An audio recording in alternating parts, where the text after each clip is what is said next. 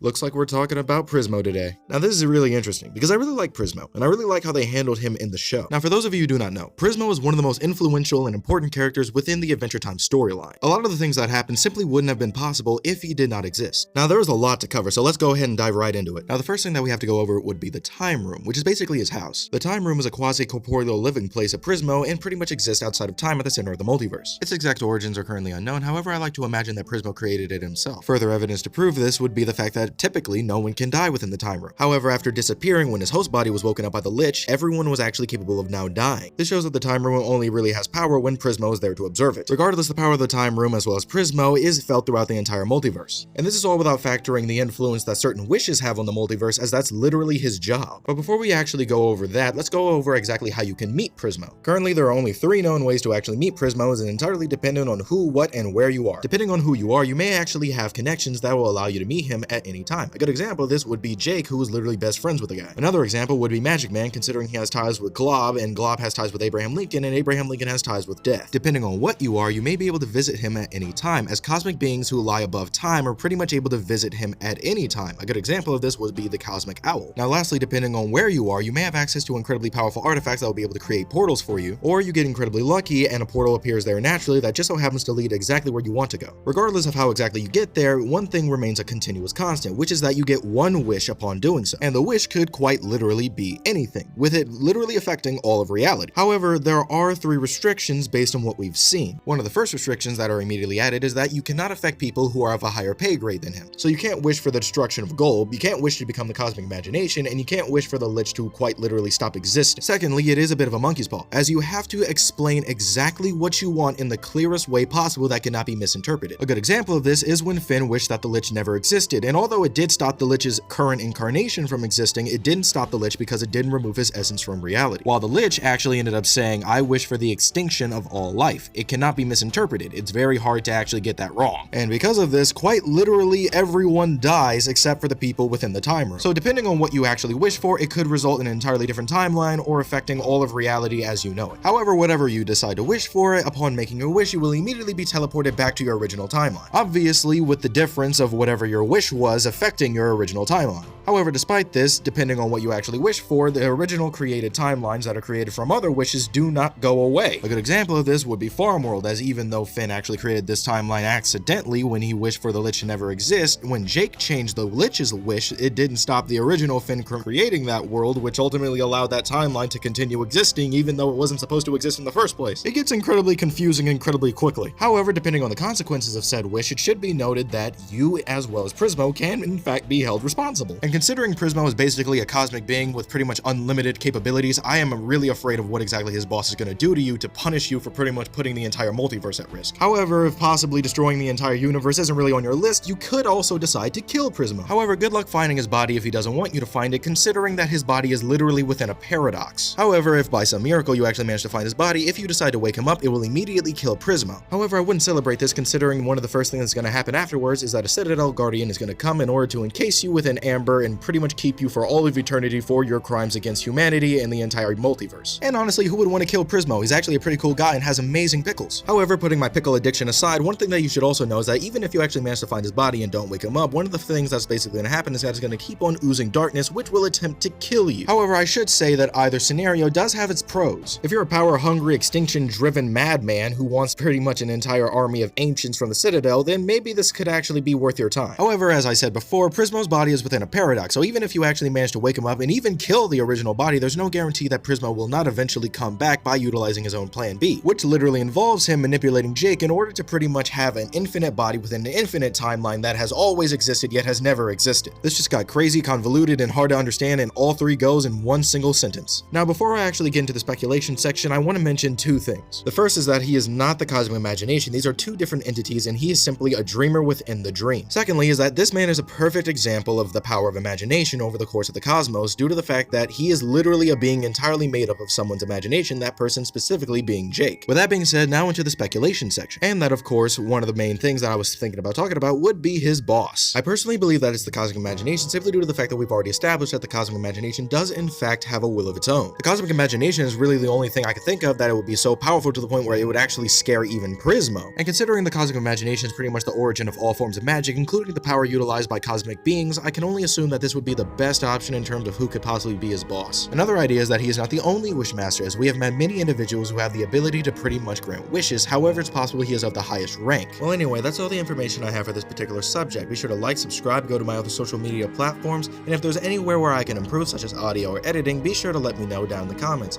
As well as if you have a good idea for a video, I'll go ahead and add it to the poll so we can choose via democracy. See you guys in the next video. Peace out.